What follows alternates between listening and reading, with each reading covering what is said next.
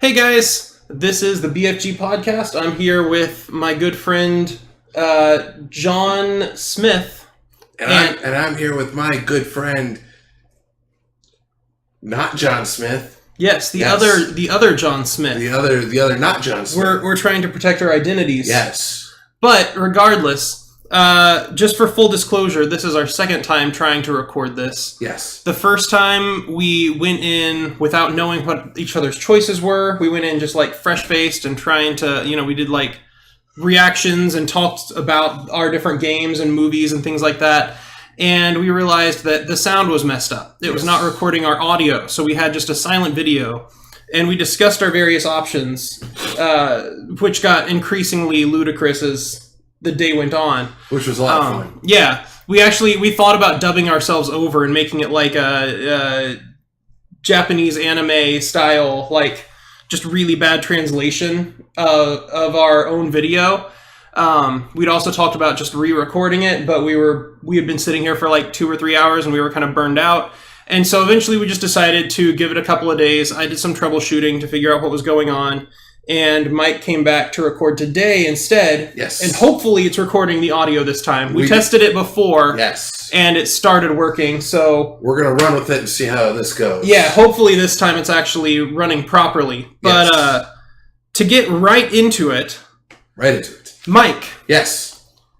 Would you like to discuss our top 10 video games of 2018? Well, I mean, we already did once, but we kind of screwed up. So, yes. Yeah, we have to do it again. Would you like to do it again without the surprise element? Well, I'm still going to act surprised because I remember some of the games you have on your list. I just don't remember the full order of them. Okay. So, at least there's some a little bit because I remember, yeah. So, why don't you get started? So, let's see. You want me to start? Yeah, let's see what you got. All right, so my number 10 for 2018 was Lost Sphere. Yes. Which is just a super solid JRPG. The reason, just the fact that it makes top 10 is pretty solid, but it kind of lost a little bit of points for me because of its generic nature. Mm-hmm. It tries to do some unique things, but at the end of the day, it's pretty much your standard, get a party together and save the world kind of JRPG. And I Am Setsuna was from the same team, and that kind of fell into the same trap a little bit of like, it's a good game, but it just becomes a generic, like get your party together and go save the world kind of JRPG, which isn't necessarily bad, but I feel like it didn't really do anything to set itself apart either. But regardless, it's a really fun RPG where you literally you're not just like discovering new areas of the map, you're actually like saving parts of the map that have been like forgotten. And so you have to like use materials to like remember these realms, and then they come back to the map and you can explore them, and the people will like react to the new lands that you have saved and remembered and stuff like that. So it's a cool little RPG. Obviously, like I said, in my top 10. But it's not higher because, like I said, it's not truly unique in its form. Squeenix, but they seem to follow the same kind of types of games. Yeah. But it's interesting. They've got like kind of a few different... they've got different studios now. But you can tell they kind of have some of their studios that they dictate to being like, okay, you make our next like top-down... traditional RPG, and then they've got their team where it's like, okay, you make something super loopy and out there, and then they've got their third team that like works on their core stuff. They're like, okay, you're working on like the next Final Fantasy or something like that. But this one, it seemed like it kind of got delegated to that team that just like makes the super traditional like play this RPG because you've always played this RPG. And it's Squeenix. Yeah. So. Alright, so my number 10 will be Dragon Ball Fighter Z on Switch, PS4, Xbox One, PC. I think that's it. So everybody that knows me outside of Pioneers knows I am a huge Dragon Ball fan in every sense. And this game that came out is back to its 2D fighting that I really enjoy. And I know we talked about that you're not really the biggest fighting fan, but going from the Tenkaichi series, which was a more open rather than a traditional 2D, it was a nice change to go back, because this is the type of fighter that I personally like a Street Fighter type of game. The only reason why I have it low, even though I could be biased being a big fan, is the game is just super, super easy. I actually never got to a point where I was about to lose a character unless I was honestly just screwing around trying to do a button combination to do a bigger, stronger attack. Mm-hmm. And then even then, when I was getting close to losing them, and I just said, screw it, let me just go back to the punches, kicks, and basic attacks on them. It just was easy, even to the final bosses, because there's 3 individual stories, 3 new stories, I should say. It just forming together, it just was too easy. But still, a very good fighter. I could see this definitely becoming more of a tournament-based game at some of the bigger conventions like PAX or anything like that. Okay. So, fun game, good fighter if you're a Dragon Ball fan. Plus, it's been going on sale a little bit recently, so good to pick up. Mm-hmm. All right. Well, my number 9 is Ni no Kuni 2. Yeah, I always forget that this one is so low on your list. Yeah. How much you like Ni no Kuni. Yeah, no, because the first one was like my game of the year it came out, which was, what, 2013? 2014? 13 or 14. This was on... Yeah. It was PS3. Yeah, it was 2013. No, maybe even further back. Was that like 2010, 2011? I want to say it's the PS4 came out in 2013. Yeah, 2013 for PS4. So, and I know it was near the end of it. Anyway, so Ni no Kuni was like my game of the year it came out, and this one they lost they didn't lose it, but this one is not connected to Studio Ghibli the way the first one was. This one, it's still set in the same universe, but it's just a level 5 game. And they try to do a lot of unique things. They've got like a kingdom builder aspect to it. It's got your standard RPG elements. It's got like little like buddy collecting, kind of like Pokemon, stuff like that. But I feel like it tries to do a whole lot of stuff and does everything just... it's pretty good, you know? It's just there. Yeah. And so... this one, it didn't quite capture that magic. I felt like it lost a little bit of like the storytelling and the character development that the first one had. Mm-hmm. And this one focuses more on like, let's make a bunch of like unique mechanics work together. And they all work fine, but it never becomes like the really like endearing, whimsical story that the first one did. So again, you know, it made it into my top 10, but it's a little bit lower because for me, this one didn't quite hit home like the first one really captured me. Okay. So for my number 9 is going to be Red Dead Redemption 2. So I know this won Game of the Year for a lot of people out there, and the main reason why it's so low on my list is I just recently got it actually for Christmas from a friend of mine. Mm-hmm. So I haven't had a lot of time to play it, get in more into the story like some people have. They bought it when it came out. I think it came out at the end of October. So that gave people initially 2 more months than me to get on there. But for the little that I have played, especially since we did this for a top 10 of 2018, when I got it so late, it has made a big impact on me.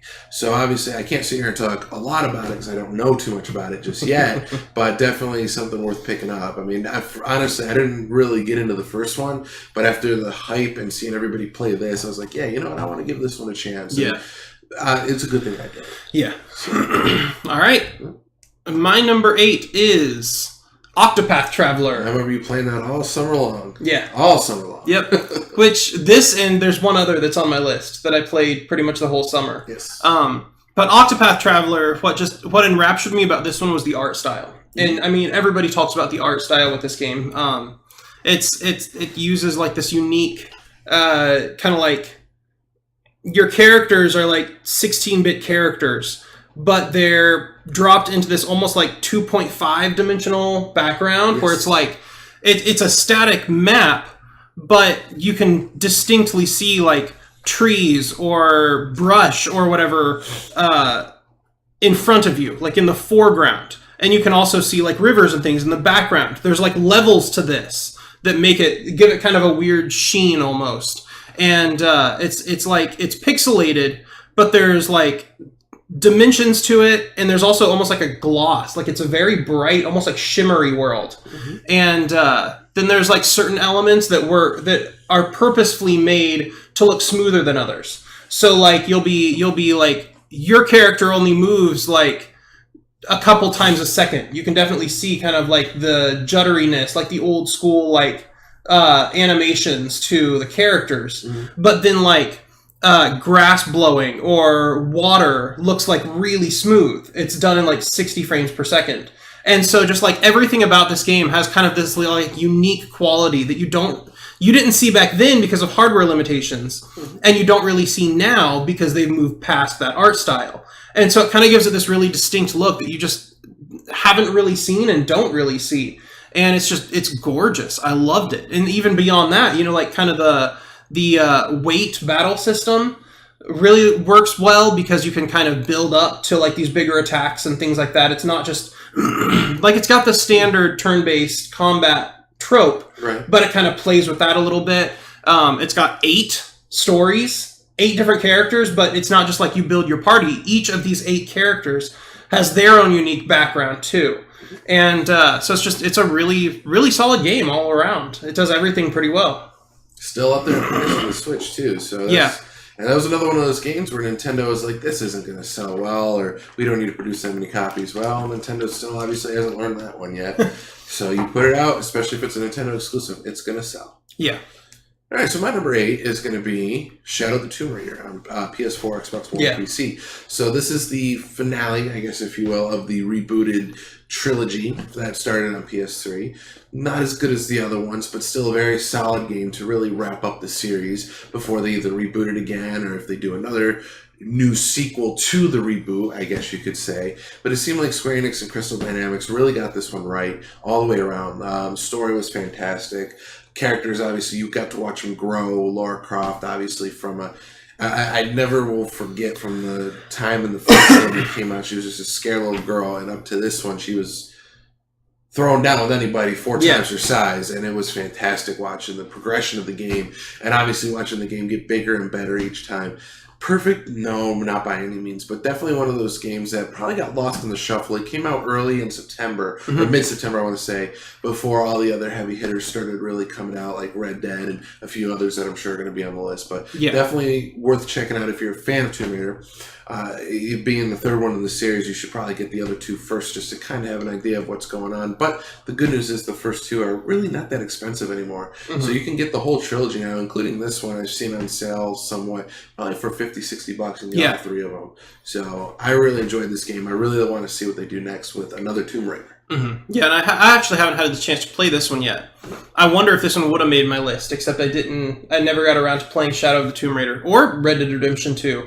2 of them on your list so far. I actually haven't gotten around to yet. So if I were you, did you play the other Tomb Raiders? I can't remember. Yeah. Right. So if you played the other Tomb Raiders, I would try this one first, because this is one of those ones where when you're kind of done with it, you're done with it. And there's a lot more you can do to go more. Oh, it's just like the others, like 10 hours to get through the story, but then there's like collectibles and stuff. Well, Red Dead Redemption 2 is one of those titles where, there's just so much to do, and there's so many times you don't want to do the story because you're off doing another side quest. This one I saw is more or less, you're more focused on getting the story done just to kind of see what happens. Okay. All right. My number 7 is Forza Horizon 4. Yeah, I always remember, it's like, not being a car guy. I mean, I played the original Forzas on 360, and then just seeing you put like the newest one on Xbox One and PC on here. Yeah. What's interesting is I never would have gotten into it except for Jeremy, a buddy of ours. Shout out to Jeremy. Yeah, he's super into cars. He's all about cars, and he messaged me asking if I was going to play it, and just he kept reminding me how soon it was coming out, and then he texted me at one point, and he was like, "Hey, it comes out next week, and they're saying it's coming out for Xbox Game Pass," and I was like, "Oh, cool! So then I can try it for free. Yeah. I don't have to put the money in. I can just give it a shot. I mean, beyond what Game Pass costs." So the day it came out, I downloaded it, and he's been like texting me all day telling me how amazing it is. And so I just kind of downloaded it and did my thing. And then the next day I booted it up, and I was surprised how much fun I started having in it. Because it's kind of just this big sandbox. Like there are missions and races and stuff like that, but it's more or less just you can drive around and visit these beautiful locations. There's like a picture mode where you can like actually get achievements for taking a certain number of pictures and stuff like that, or like different tricks and signs you can do that aren't part of like a specific mission. It's just stuff you can do around this world. But what really captured me was like the car creator. I loved like sitting down and just like building my own custom cars and like detailing them and putting like custom decals. There's like this whole community that can like upload decals and things like that. And so I spent a lot of time just like building and customizing my own cars, and then I would drive them around this world without even like taking on races or anything. And so that one made my number 7 just because it's just, at the end of the day, it's just a whole lot of fun in this just like big old sandbox world. It's fun to like build your cars and play with your cars even more than racing for me. It was fun to just explore this world in these cars that I had created myself. I thought that was really, really cool. You know, for a game like this, is that, again, coming from me who does not know anything about cars in general, like I said, I played the originals and they were fantastic. They were just fun to race around, even if I had no idea what I was doing or anything about the car. Definitely a very good racer. And if you're into cars in any sense of the term, worth checking out. Yeah.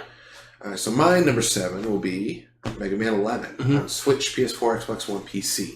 So Capcom finally listened and they got it right. Is it as hard as the other ones? No. I mean, by no means is this a walk in the park game, but Capcom's got to realize that even without Kenji Inafune there, that we do still want Mega Man, and it will sell. And they put this out. They put out the Mega Man Collection and X Collection, and obviously those have done very well. Yeah. Because they also didn't price it at a $60 game.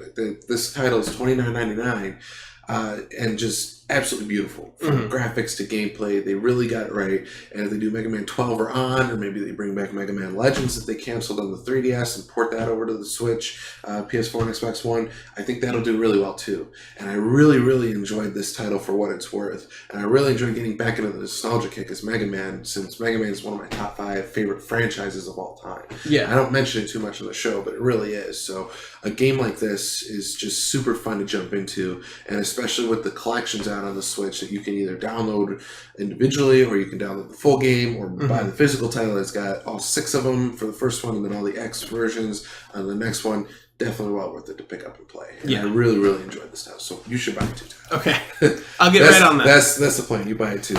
So all right.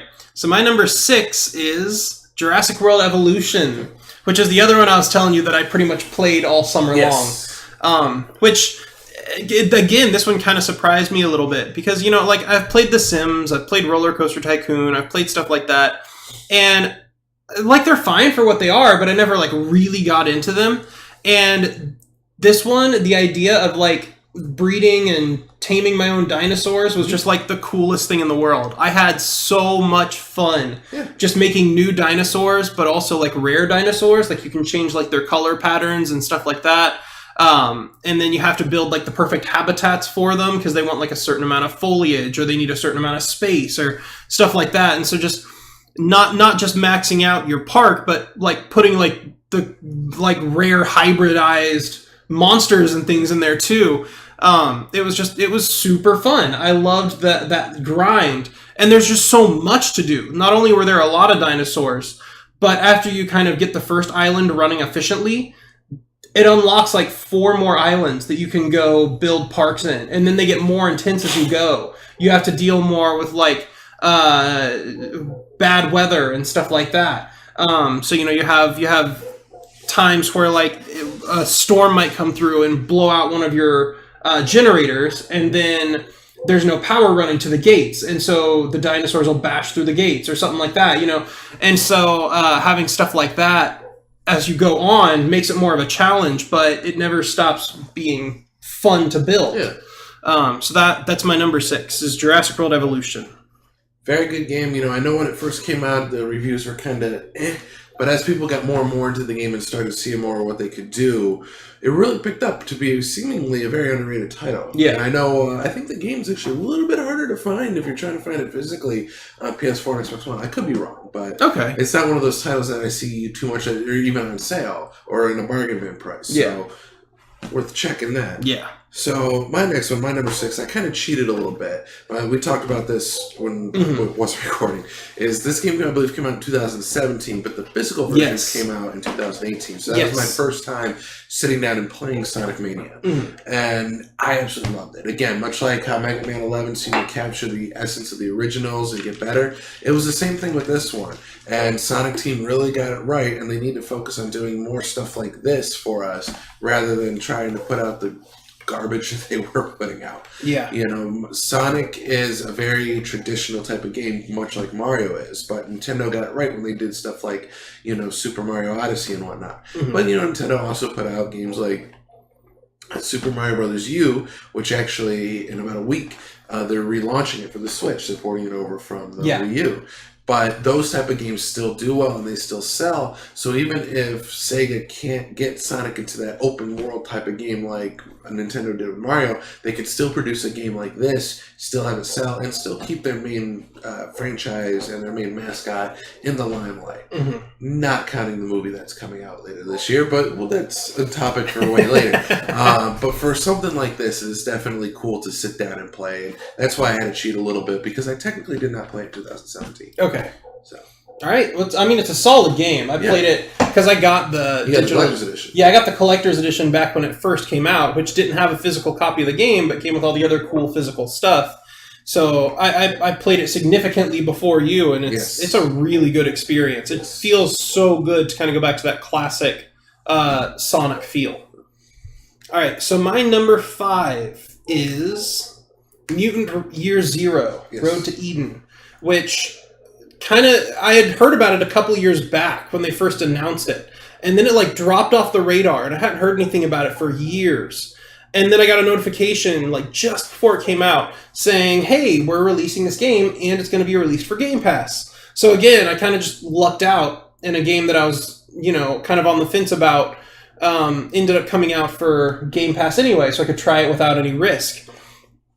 And it turned out to be one of my favorite games of the year. It's kind of this mix of like resource management and survival, but also with the combat of XCOM, which I love the XCOM games. Those are some of my favorite. That's one of my favorite franchises.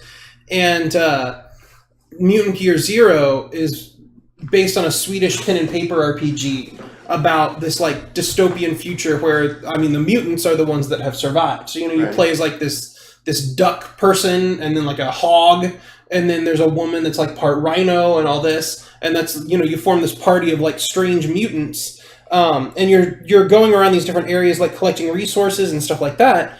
But if you get caught in combat, the combat is like almost like page for page. Like it looks like they almost ripped the code from XCOM and used it for their game, and it's just so good. It's such solid gameplay. And you can use that. You can use the resources you get not just to like upgrade weapons, but also like to upgrade your mutations or upgrade the base and stuff like that. So there's all sorts of uses for these resources you get. But yeah, Mutant Year Zero was probably one of my favorite experiences of the year. That's my number 5. Beautiful. I mean, that seems like I'm kind of following the main course of just console games, but you put a lot more diversity into your list. That's for sure. But hey, you know what? That's what it is. It's a top list for a reason. So, all right. So my number 5 will be Mario Tennis Aces on the Nintendo Switch. So to be completely honest, and I don't know if I mentioned this the last time we tried to record, but I really enjoyed Mario Tennis on the N64. I think that's like the end all be all, really, of the game. I remember hours upon hours playing it. Okay. For the GameCube, the Wii, not the 3DS one, and I believe there was one on the Game Boy Advance. I don't think there was one on the original DS, but I could be wrong. They were good. The Wii U version wasn't, but the others were good. But this one just seems to be much like some of the other titles, like how Sonic and Mega Man, Nintendo got it right. They put everything into this when they said, okay, here's a game. And it came out in the summertime to kind of tide us over while we were waiting for a few other titles. I loved it. And I still will play it to this day. Not as much, obviously, as I used to, but definitely a good party game to bust out with people to play. New mechanics are in it, which if you don't want to play with those mechanics, you have the options to turn them off and just play a standard Mario 64-esque type of game. Yeah. And just fantastic all the way around. Again, one of those titles that's not really ever going to be on sale, but if you buy a Nintendo Switch and you want more party games, this is one of them that I would definitely suggest. Yeah. It's just overall fun. Again, this is not a game that I thought I would have enjoyed, but I had a lot of fun with Mario Tennis. I took it to the school with me. During summer camp, I would let the kids sometimes play Mario Tennis with me, like in the computer lab and stuff. So yeah, I remember you never let them win. Nope. Kicking butt on a bunch of second graders. Yep. Good job. So good memories there. It didn't make my list, but it's a good game. It's a good, solid game. And I think it primarily made my list is because of how much I enjoyed Mario Tennis 64. Yeah. And how little to moderate I enjoyed all the others compared to this one. That it just had a skyrocket up my list. Mm-hmm. All right, so my number 4 is Dragon Quest XI. This game, this was my Christmas game. It might have even moved up higher on the list if I had more time with it, but being I've only had it for a couple of weeks, I was trying to be rate it based on how far in I had gotten.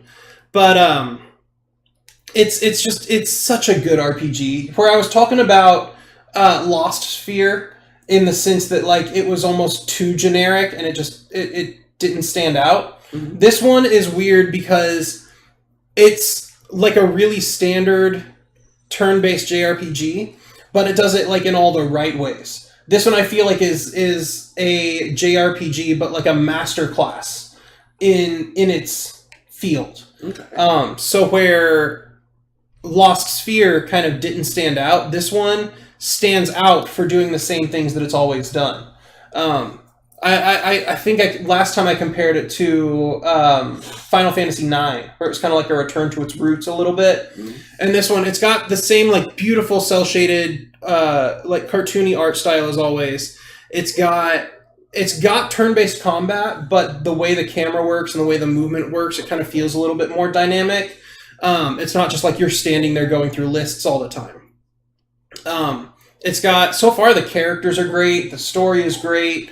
It's just, like I said, I don't want to spoil it, and I can't go too in-depth because I haven't finished it yet. Mm-hmm. But from what I've played so far, it's already gone up to number 4. And like I said, as I go on, it might even move up as much as I'm enjoying it. But so my number 4 is Dragon Quest XI.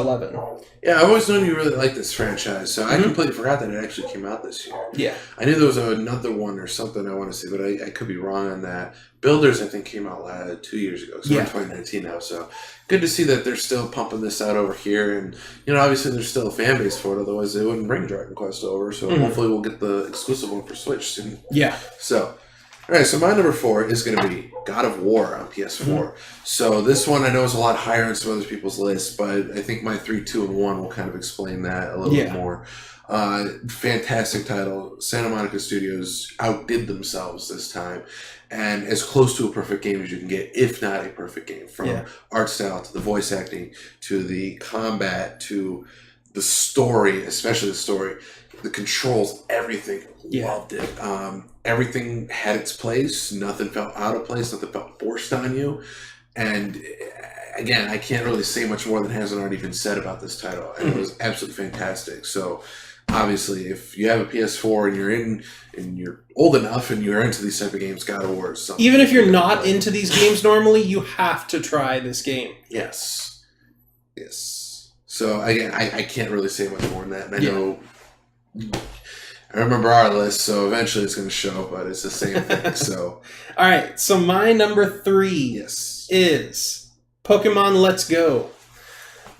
These games are just super endearing, absolutely, in all the right ways. And I know there was a, I don't know if I want to call it a controversy, but a lot of people were complaining about it because they were talking about how they're simplifying it, they're making it too childish, they're making it, they're dumbing it down, and I'm like, did you play the original Pokemon? It's like I loved Pokemon back then. And the new Pokemon didn't do anything to change that. Mm-hmm. They did enhance some mechanics, like now you can see Pokemon on the overworld. And some people complain about that, saying it's too easy now. And I'm like, I kind of love that, because those elusive Pokemon that maybe, you would originally sit for 5 hours wandering around one patch of grass trying to find that one Pokemon, Now you just know if it's there or not. Mm-hmm. You're not like wasting your days, which for someone who kind of really values his time, working full time and not having as much time anymore to play games like I'd want. It's really valuable having those little like quality of life enhancements. Absolutely. And so it's things like that. And the Pokeball controller is great. I've been using that every day. I carry that with me anytime I leave the house. I use it for Pokemon Go. I use it for Pokemon Let's Go.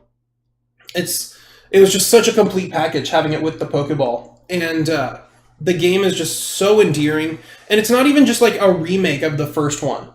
It definitely draws its inspirations heavily. It's the same game world and stuff, but they have significantly changed some areas and some puzzles and things like that. So it's a very enhanced port of like Let's Go or Pokemon Yellow and stuff like that.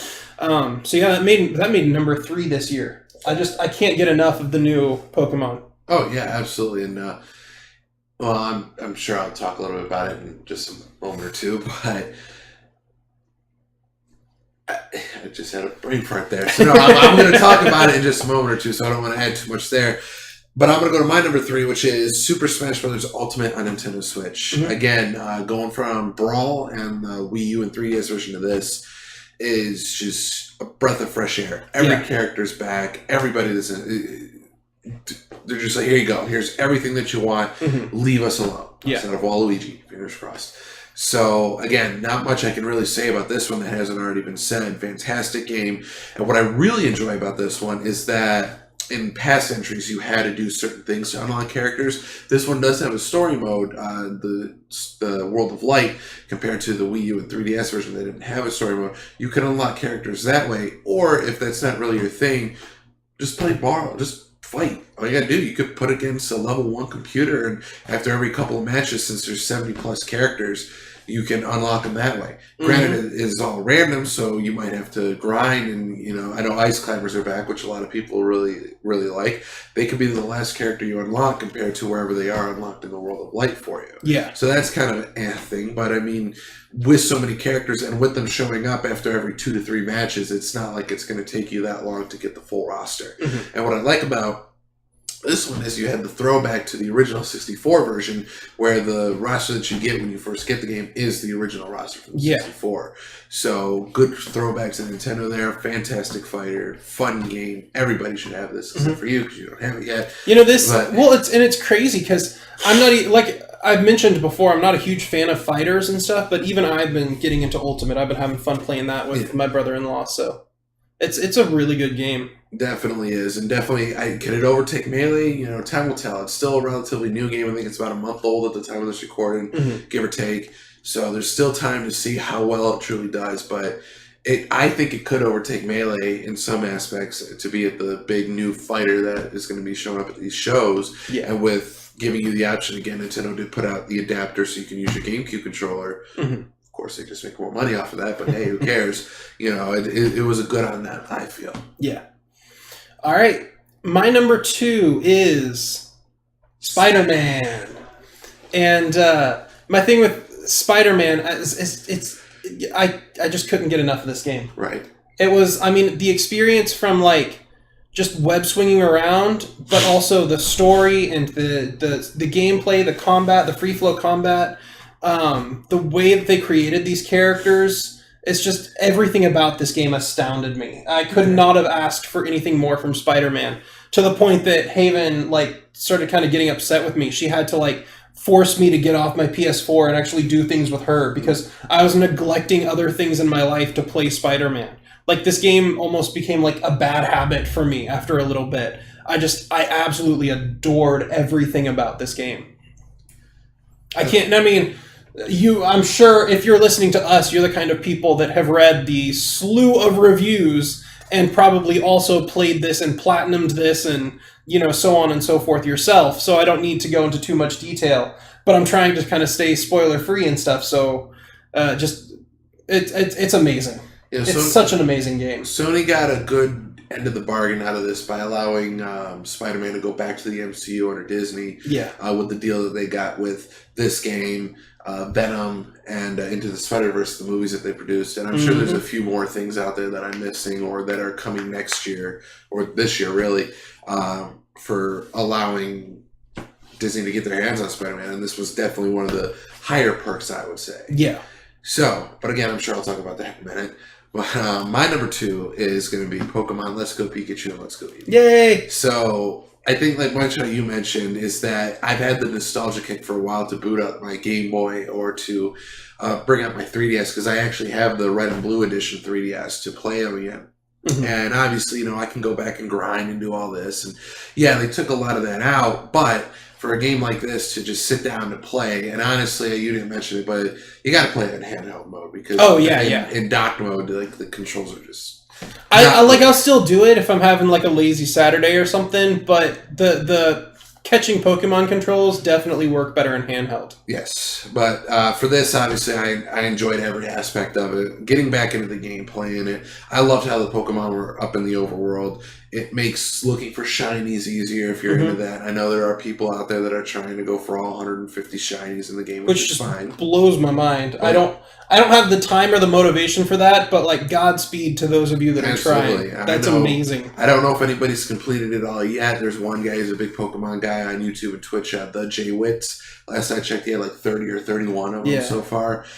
So again, fantastic title. Obviously, we both have the Pokewalker. You carry a lot more than I do because I keep forgetting to bring it with me. But it's an overall fun game. It gets back to the basics, and yeah, it is a little easier compared to Red, Blue, and Yellow. But at the same time, they wanted to make it an entry level to newer fans as well, and they wanted to keep it true to its roots. Eggs were not in Red, Blue, and Yellow. Certain things were not in those games that were in Gen 2 and on, and that's how Nintendo wanted to keep it for this one. Yeah. So. All right. There's number 1 game, so I didn't forget to do the drum roll. Is God of War. Gee, I wonder why. Oh, it's so good. Okay, so good. Okay, my turn. The reason, and because we had talked about this in length about Spider-Man and God of War, and for me, the whole thing with God of War is that everything in this game, not just the story and the characters, but like the way that even collectibles and upgrades fit into this Norse mythology, and this whole world just comes together into one like really tight, cohesive package makes the difference for me. Where like this game was amazing, and I played the heck out of it whenever it came out. But Spider-Man was like even a little bit more addictive. And, I got, like I said, that became almost like a bad habit for me. But in Spider-Man, there were certain things that I felt like were just kind of shoehorned in to give you more content. Yeah. And I mentioned too, like the backpacks. The backpacks I thought were fine. Because that idea of him like, there's a crime over there. I need to just like sling up my backpack somewhere to solve this crime, and then he forgets where he puts his backpack. That was funny to me. I thought that was great. There's all these backpacks just like, web slung on like on ceilings and on top of buildings and stuff like that because he keeps forgetting where they are. That fit in really well, and I thought that was great. And, even to the point where I was collecting, 50 of them, wasn't it? That was fine. I loved that. But there were certain ones, like the Osborn lab missions, where he kept sending you to like just swing through smog clouds, or like when the guy lost all of his pigeons and you just swinging around like trying to grab pigeons and stuff like that. That's not that they're bad missions, but you can tell that they get a little bit grindy and samey. It does feel like they're kind of there to extend the gameplay a little bit for those people that do get anal and want to get 100%. Yes. And I never felt that way once with God of War. I felt like everything that was in there was very intentionally done to fit in with this mythology and like this Norse background that they had created. The story, the characters, the collectibles, everything in this game was such a cohesive experience. There was nothing that felt out of place. And it was just for the fact that God of War was as immersive an experience as it was, that one bumped it a little bit above Spider-Man for me. Okay. So my number 1 of the year was God of War. Okay. So my number one, and I'll do my own drum roll because you're kind of doing something else and you're the one clicking around, is the game that you just talked about, Spider-Man. So for me, being more of the superhero fan than I am of the Nordic God of War type, but I love God of War, don't get me wrong. I had to put this as my number one because, again, going back to a time thing, when I play a game, I don't really do a lot of the side missions. I just kind of stay focused on the main game and beat it and move on to something else. Yeah. With Spider-Man, although I didn't platinum it, I had so much fun web slinging around the city and playing the game in general that some of the side missions I didn't mind doing, like stopping a crime or finding a few backpacks, even finding a few pigeons, where even if it was a little bit odd, I still wanted to say, okay, before I go to this mission, let me do one or two side things real quick, just because I didn't necessarily also want the game to end, but because I just had so much fun doing it. Yeah. And I didn't mind it. And that's why I really enjoyed this game. I enjoyed the story, and I think the sequel, the inevitable sequel, whether it be for PS4 or PS5, is going to be just as good, if not better. Mm-hmm. And when you have a studio like Insomniac behind it, there's not much more that you can really, truly ask for. Mm-hmm. So kind of going with what you said, yeah, some of this stuff was kind of hereditary, like swinging through the smog several times to collect samples. But it is one of those things where it's in the game, you got to do it. Yeah. So don't click back on me now. Sorry. But I really did enjoy this title very much. And, again, as I mentioned before, Sony got a good end of the bargain just by allowing Spider-Man to go to the MCU. And, hopefully they can strike another deal to keep Tom Holland and Spider-Man in the MCU for time to come. Because I'm sure it's going to be a part of the next phases going forward. Yeah. So that's really all I got to say about that. Yeah, I think those are our top 10 games of 2018. Yes, a fantastic lineup. I think there's going to be another great lineup coming for next year as well. And I think this year, between the two of us, I think we've got like a super solid, like kind of a good all around of the stuff that came out this year. Absolutely. Even the ones that I didn't play or I didn't enjoy as much, you had on your list, and vice versa. Yeah, and I think it was good because not any of them matched up exactly, which is good. Mm-hmm. So it shows the diversity that we also play too, or how we look at games. Yeah. So, all right. And so thank you again for watching episode 19. We appreciate it. I think we got it right this time, hopefully, and so it actually recorded us talking. Yeah. So we'll be back shortly with episode 20 for our top 10 movies of 2018. Yes. So thanks so much, guys. We'll see you soon. Thank you.